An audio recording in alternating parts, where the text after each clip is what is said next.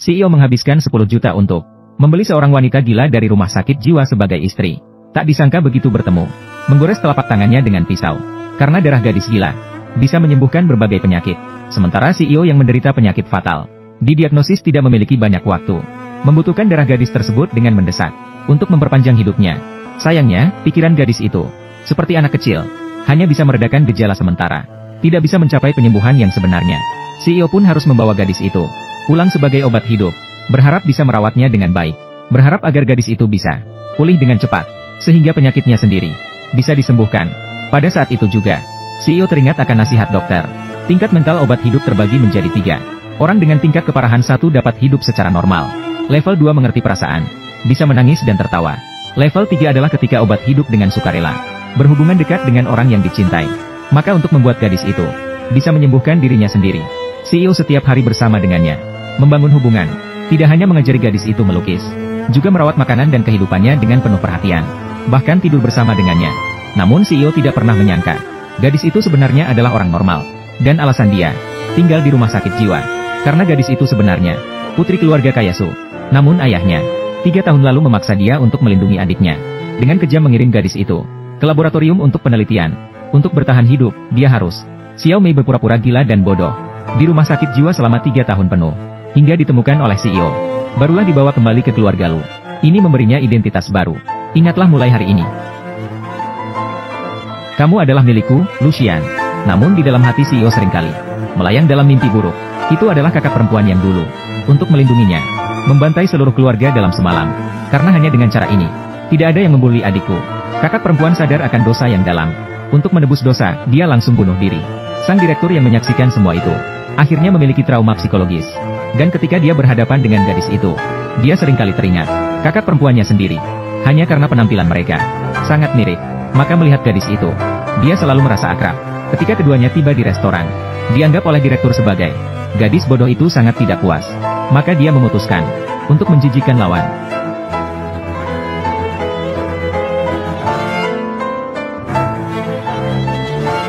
Sungguh lucu. Apa yang salah dengan pria ini tentang kecantikan? Tuan, mengapa tidak membiarkan gadis makan di luar? Ini akan mengganggu selera makan Anda. Ya, tolong biarkan aku menjauh dari orang cabul ini.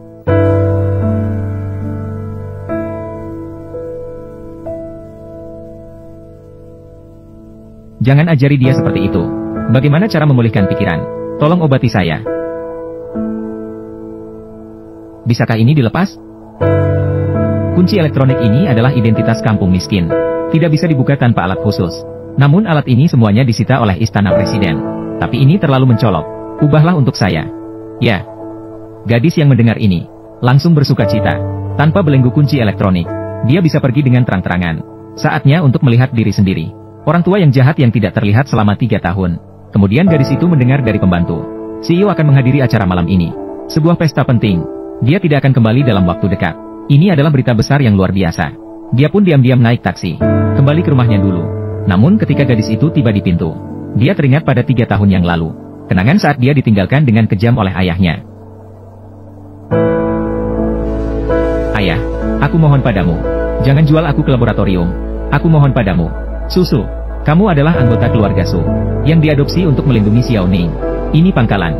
Pergi. Harus pergi juga. Tidak pergi. Tetap harus pergi. Susu, sebenarnya aku juga tidak ingin kamu untuk menangkal bencana bagi saya. Tapi siapa yang membuatku menyukaimu? Xiao Ning, kita adalah saudara perempuan yang besar bersama. Saudara perempuan, kamu hanyalah seorang bayi yang ditinggalkan. Keluarga Su telah merawatmu selama 18 tahun. Bisa melindungi saya. Itu adalah takdirmu. Berkat keluarga Su. Sejak usia 18 tahun, aku dianggap sebagai monster. Menderita di laboratorium. Hutang ini. Saatnya untuk kembali.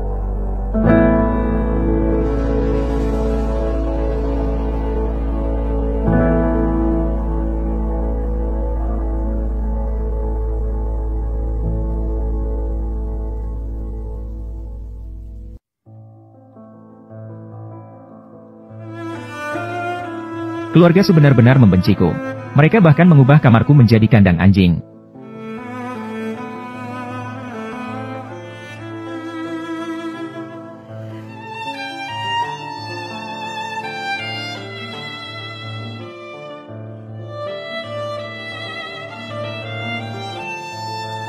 Akhirnya datang sekali. Aku harus memberikan sedikit hadiah kepada keluargaku. Sudah sampai di rumah. Tian Fei. Ayah, ibu, aku akan mandi dulu. Pergilah.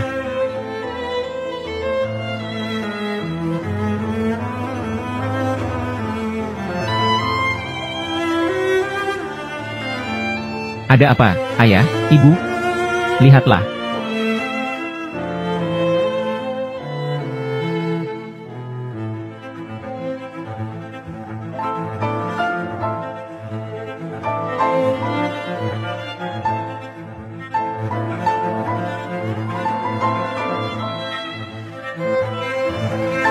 Kandang anjing ini milik Susu. Mungkinkah Susu sudah kembali? Ibu, kenapa kamu menyebut nama itu? Sudah 3 tahun. Dia seharusnya sudah mati di permukiman miskin. Setiap kali melihat orang asing, dia selalu berteriak. Kali ini bahkan tidak mengeluarkan suara sedikit pun.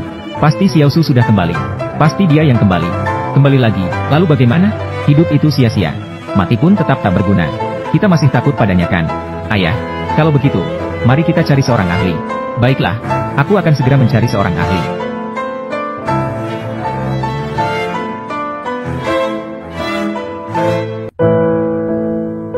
Tuan muda, dia di mana? Oh, Nyonya selalu berada di villa. Tadi sore dia sakit sekali. Cukup. Kalau kalian berani membuatnya hilang, kalian semua tak usah hidup lagi. Tidak ada. Nyonya tidak berlarian kemana-mana. Dia sedang tidur di dalam rumah. Sebaiknya kalian jangan berbohong. Kalau tidak, kalian tahu akibatnya. Xiao Mei, bisakah kamu bicara? Xiao Fu, bangun. Benar-benar sedang tidur. Periksa tubuhnya. Lihat bagaimana perkembangannya. Iya, tuan muda. Masih berani bersembunyi?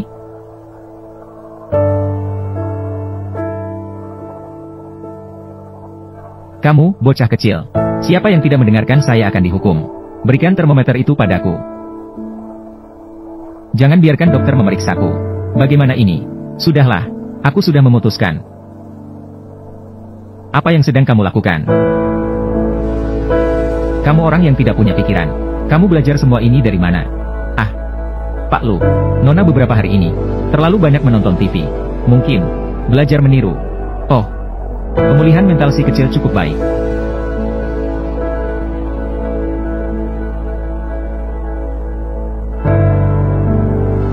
Karena kamu sedang sakit, aku akan mengampunimu kali ini. Kali berikutnya kita belajarlah perlahan.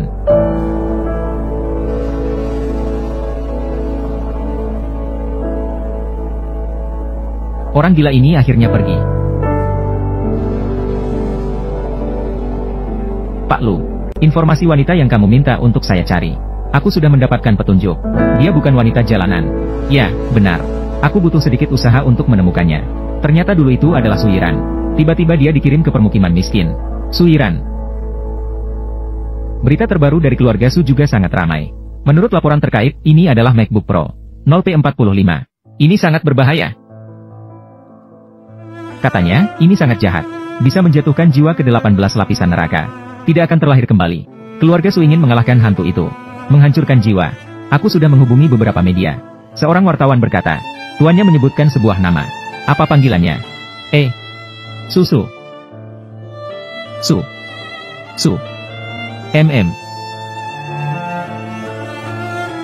Ning En, tentang kejadian kali ini. Kamu sudah bekerja keras. Tante, ini omong kosong. Ning En, terima kasih telah membantu Su Family menyelesaikan kontroversi ini. Bahkan memberikan saya pesta ulang tahun yang begitu bagus. Tidak masalah, Xiao Ning. Ini adalah hal yang seharusnya saya lakukan. Hari ini, saya juga mengundang seorang tamu misterius. Lihatlah siapa yang datang.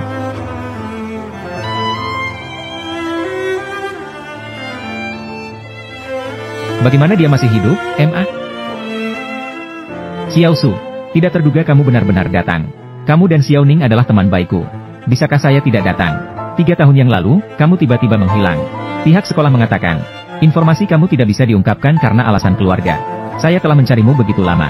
Begitu pula, keluarga Su ingin saya menghilang tanpa jejak. Dia sebenarnya manusia atau hantu? Bagaimana mungkin dia hidup dan keluar dari kampung miskin? Tidak peduli siapa dia. Hari ini adalah pesta ulang tahunmu. Saya pasti tidak akan membiarkan gadis kecil ini merusak rencana baikmu. Aduh, Ning En, proyek yang disebutkan ayahmu, belum selesaikan. Cepatlah pergi sibuk. Ibu pergi dulu ya. Di sana dengan Xiao Ning. Nanti saya akan bicara dengannya. Cepatlah pergi.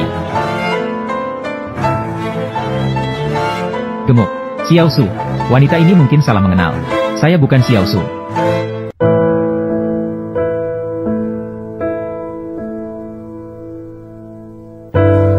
Sepertinya kamu yang melakukan kecurangan terakhir kali.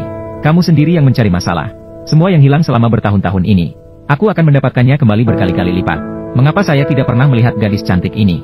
Bisakah kamu menunjukkan undanganmu? Oh, saya tidak membawa undangan. Saya diundang oleh Suning. HMPH, sepertinya kamu datang untuk makan dan minum gratis.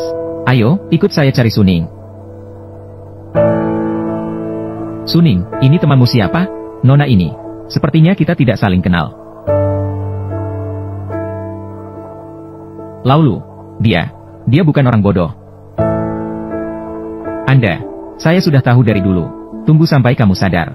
Sudah terlambat untuk semuanya. Suning baru saja kehilangan anting mutiara. Kamu boleh makan dan minum gratis. Mengapa masih mencuri? Berdasarkan apa kamu bilang aku yang mencuri? Jika bukan kamu yang mencuri, mengapa tidak berani membiarkan kami memeriksa? Susu, kamu melarikan diri, lalu apa? Tanganmu melambangkan kampung miskin. Kunci elektronik identitas. Tidak bisa menipu orang. Semua, aku mendengar. Baru-baru ini polisi sedang menangkap seorang gadis yang melarikan diri dari kampung miskin. Usia dan penampilannya, semuanya sangat mirip dengan gadis ini. Gadis yang melarikan diri dari kampung miskin. Tidak heran dia mencuri.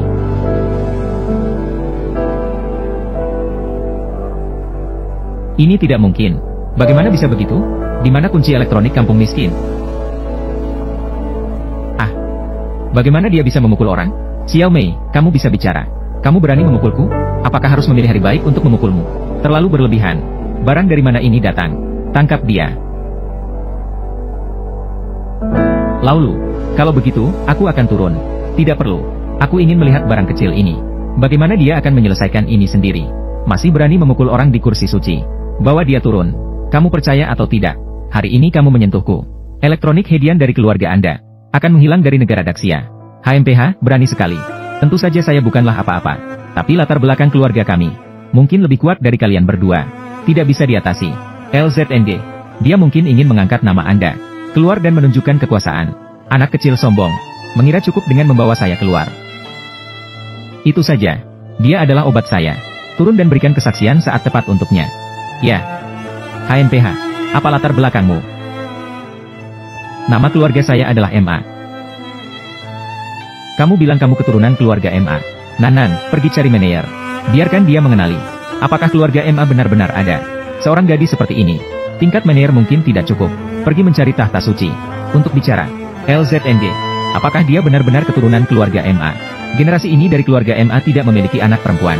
Jadi dia masih berani berbohong seperti itu. Seorang obat. Berani berbohong, tanggung sendiri. Itu bukan urusanku. Kenapa kamu masih berdiri di sini? Ikut dia secara diam-diam. Ya. Saya menerima laporan. Katakanlah seseorang sedang berpose di sini. Keturunan keluarga MA. Yang mana? Tuan Huang, lihatlah. Apakah ini benar-benar putri keluarga MA?